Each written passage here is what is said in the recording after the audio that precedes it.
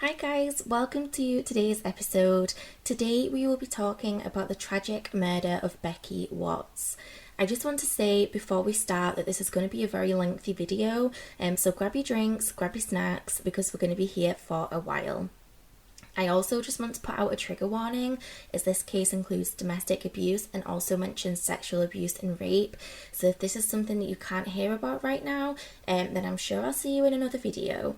So let's go ahead and jump straight into today's case. So Becky Watts was born the 3rd of June 1998 in Bristol to Tanya Watts and Darren Galsworthy. Before Becky was born, Tanya and Darren actually split up, and when Becky was born, she lived with Tanya. However, in 2001, when Becky was just 3 years old, the authorities took Becky from Tanya and placed her into the care of Darren, as there was speculation that Tanya was actually neglecting Becky. At this point in Becky's life, Darren had remarried to a woman named Angie, and Angie had a son named Nathan Matthews. Nathan was 9 years older than Becky, but it is said that they had a good relationship. Becky went to primary school at Summerhill Primary School, and her teachers described her as very shy and quiet. However, by the time she started secondary school, she started coming out of her shell a bit more. Sadly, after a few months of starting secondary school, Becky became a victim of bullying, and as a result, she ended up dropping out of school. Furthermore, Becky was struggling with anorexia as a result of the bullying. There was a strain on the family's home life, as Becky and Nathan would often fight for Angie's attention. When Becky was 13, Angie rang the Child and Young People's Service begging for help with Becky. According to Angie, Becky was finding it difficult to go to school and suffered severe anxiety when leaving the house. However, the report was never fully investigated and nothing ever came of it. Becky, however, did attend a meeting with a social worker in which she disclosed that she felt scared and alone. Furthermore, Becky said that she spent her free time reading abduction stories and watching horror films, which left her feeling anxious. Becky also said that Nathan was teasing her about her weight. Becky also confided in the social worker that a male was threatening to publish explicit photographs of Becky, but she never disclosed who this male was, and I don't think anything ever came of this. At least I never saw it mentioned in any other of my research or mentioned further down the line in the story, but I just thought it was important to mention it. So because Becky suffered with anorexia, depression and anxiety, she was taken out of mainstream school and instead placed in a hospital education service. Becky managed to make friends at the school and grew particularly close to another young girl named Courtney Bicker. Courtney stated, however, that many people did not take Becky's mental health seriously, and obviously mental health is such a massive thing, and it's really sad because we still have so far to go with accepting mental health. It's really sad that people just didn't take it seriously. I feel really sorry for Becky because I don't know, I can relate to her. I know what it's like. It's really sad. But anyway, back to the story. So even though things were going well at the school, Becky's home life wasn't going so well. In Becky's early teen years, Angie was diagnosed with multiple sclerosis. I can't say that word, which if you didn't know, it's basically a disease that attacks your central nervous system, so it makes it very difficult to perform simple everyday tasks like getting ready, getting dressed, eating. It's a very, very horrible, all-consuming disease. It's not a nice disease at all, and it was at this time when Becky and Matthew's relationship started to strain. Nathan claimed that Becky treated Angie badly and that Becky started to become selfish. These accusations would often result in arguments, and Becky would end up leaving the family home. And it was after one of these arguments that Becky went to go visit her mother, Tanya, and she disclosed to Tanya that Nathan would often shout at her and that she was unhappy at home. However, Becky could not stay with her mother, so she had to go back home. On the 18th of February 2015, Becky left the family home to meet up with a group of friends at the rugby club, and they played Skittles before heading to a friend's house for a sleepover. The next morning came around and Becky woke up early. She proceeded to text her boyfriend Luke and then headed back home. When Becky arrived back home, she sent her boyfriend Luke a text at 11:03 stating that she was jamming to music. At 11:15, Angie had a quick conversation with Becky before heading to her hospital appointment. At 11:21, Luke responded to Becky's text, but he never got a reply. He proceeded to text her at 12:09, but Becky's phone appeared to be turned off. As a result of this, Luke decided to go to Becky's home as it was unusual for Becky to not reply to her texts. When Luke arrived at the family home, the door was opened by Shauna, Matthew's girlfriend, who said that Becky had left the house and headed out somewhere. However, 2 days went by and there was no sign of Becky, so on the 20th of February 2015, her family became worried and contacted the police at 4 p.m. The police searched Becky's room and found that her phone, laptop and tablet were all missing. At first, Becky was treated as a runaway, but this was quickly ruled out as Becky had not taken a spare change of clothes. However, the police then theorised that due to Becky's mental state, she might have taken her own life. Because of this, police began searching in areas such as St. George's Park and Troopers Hill Nature Reserve. These searches turned nothing up, so police turned to door-to-door inquiries. On the 22nd of February, the police gave their first public appeal, and on the 23rd, Becky's father and grandmother gave a public appeal, and by this point, the hashtag #FindBecky was trending on social media. The police decided to interview close friends and family of Becky's, as it was thought that it was through this, that they discovered Matthew and Shauna had spent the majority of the day at the family home when Becky went missing. They stated that they had not seen Becky, but heard the front door slam shut. Suspicion quickly fell upon Matthew and Shauna as they refused to give interviews at the police station. Police also stated that Shauna would laugh and giggle throughout her interviews. Furthermore, Nathan appeared very laid back and apparently told a lot of jokes, which is not the behaviour you would expect if your stepsister went missing. So obviously to the police, it seemed that their stories were rehearsed as they appeared to just be too neat. From the interviews the police had conducted, they theorised that Becky had been at home prior to her going missing. This led investigators to send a forensic team into the home on the 27th of February to look for any DNA evidence. During the investigation, specks of blood were seen spattered on Becky's door frame. However, the blood specks were all in different heights, indicating that there was probably a struggle. Within the bloodstaining, the forensic team were able to identify a fingerprint, so this went off for testing. Again, the police brought Nathan and Shauna in for interviews, and they decided to focus their attention on Shauna as they believed she would be easier to break. However, Shauna kept fairly quiet and didn't let much information go.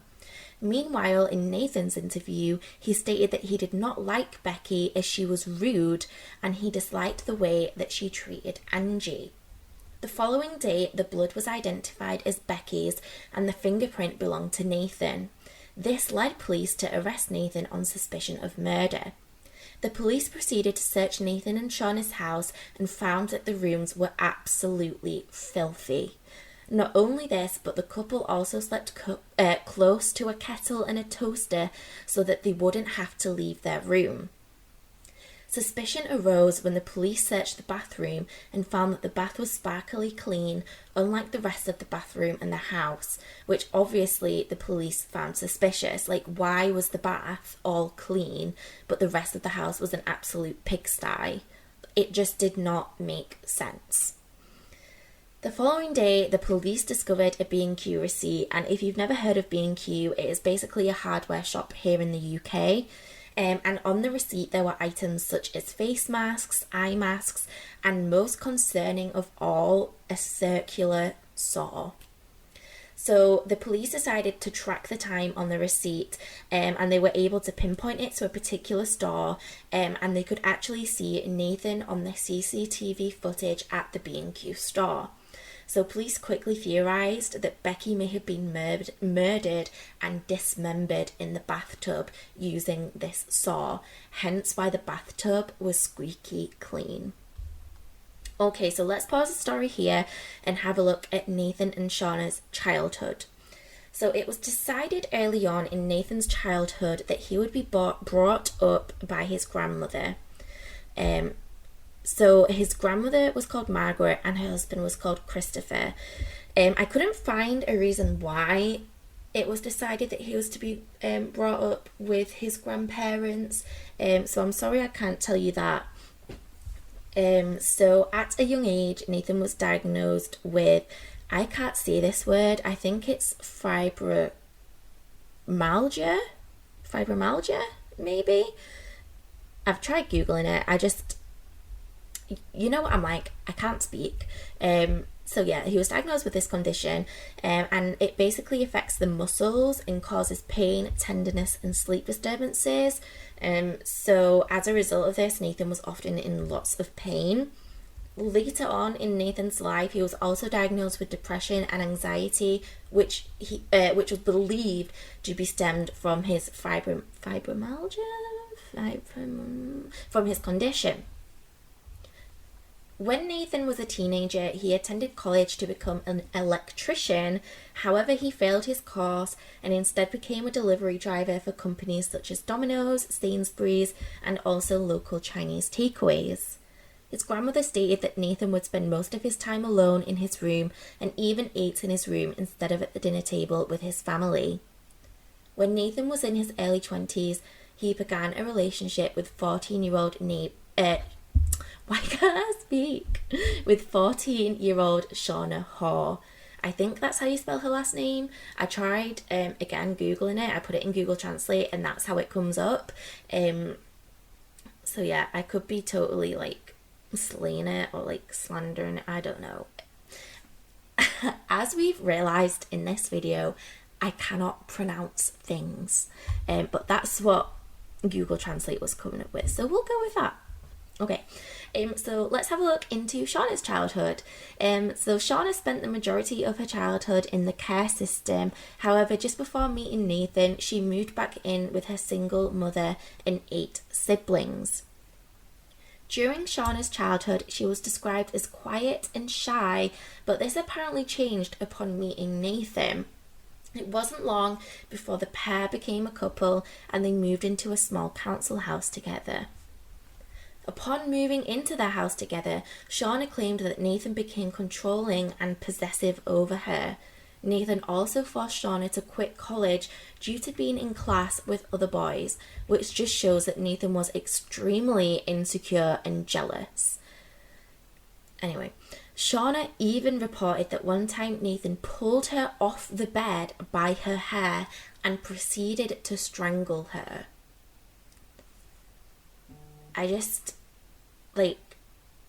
It's so sad.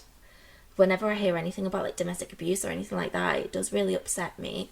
But yeah, okay, carry on, Abby.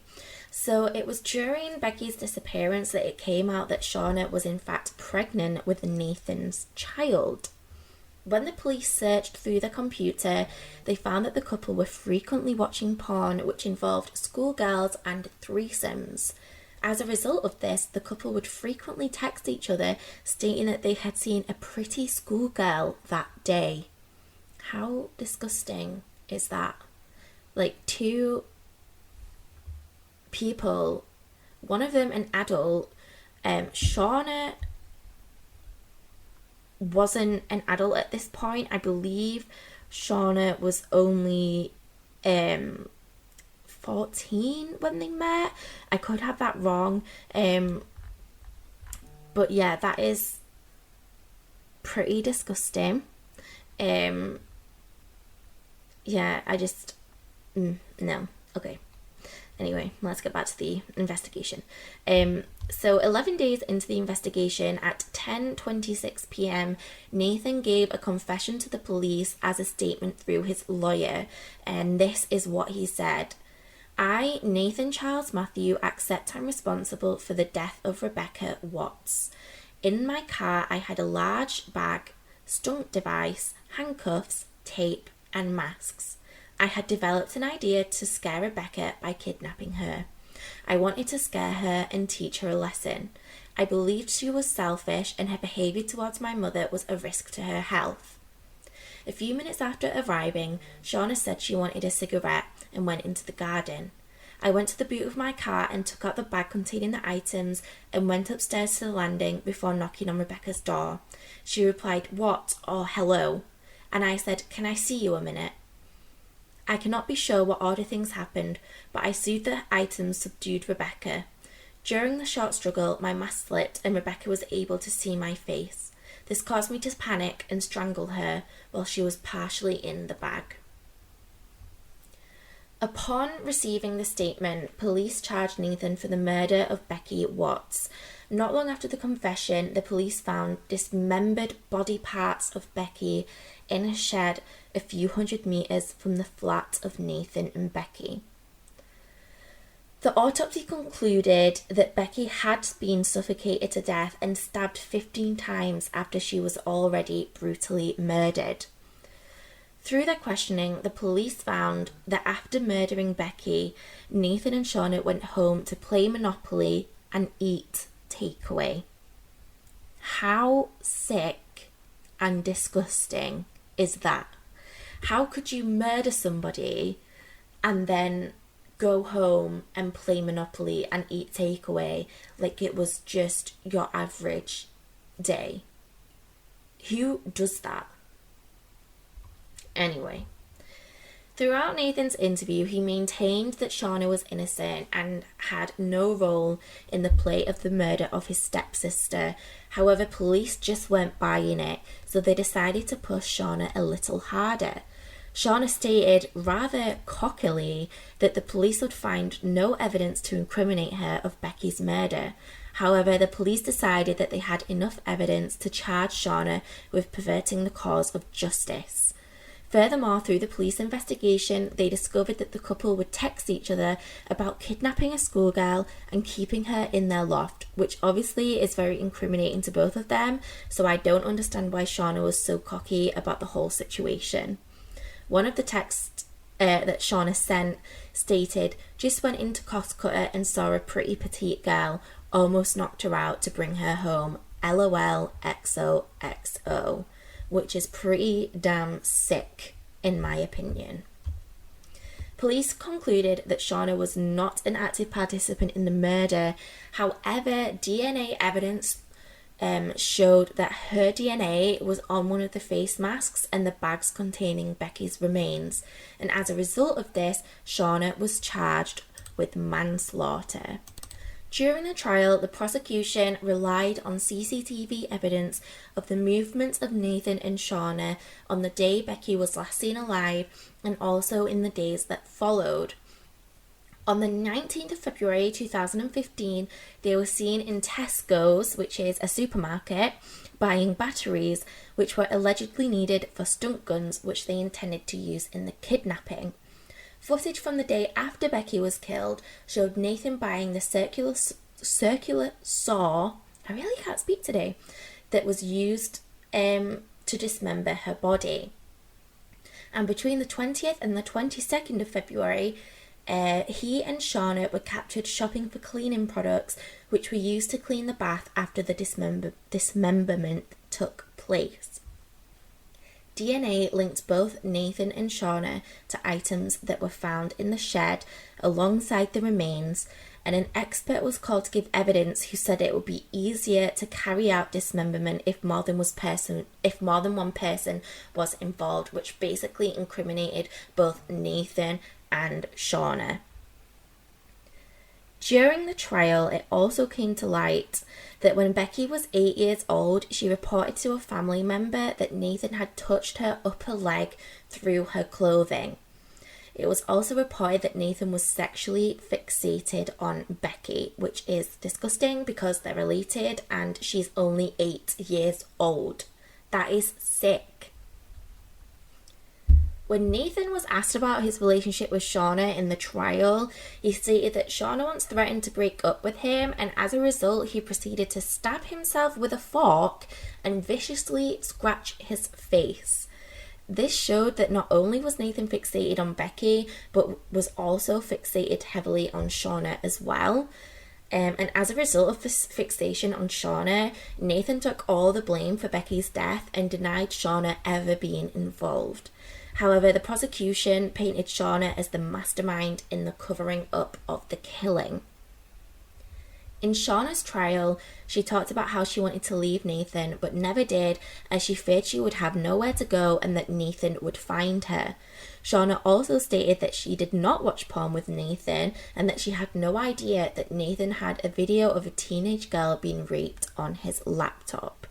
So obviously Shauna has been painting this picture that Nathan is abusive and controlling, but then she's also saying, like, I don't know, it's very confusing.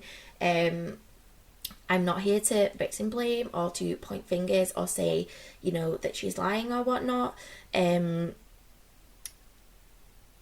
But, you know, it's basically, she's saying, I'm innocent, I've got nothing to do with this, it's all Nathan's fault. And Nathan in the trial is basically saying, yeah, it's all me, I killed Becky.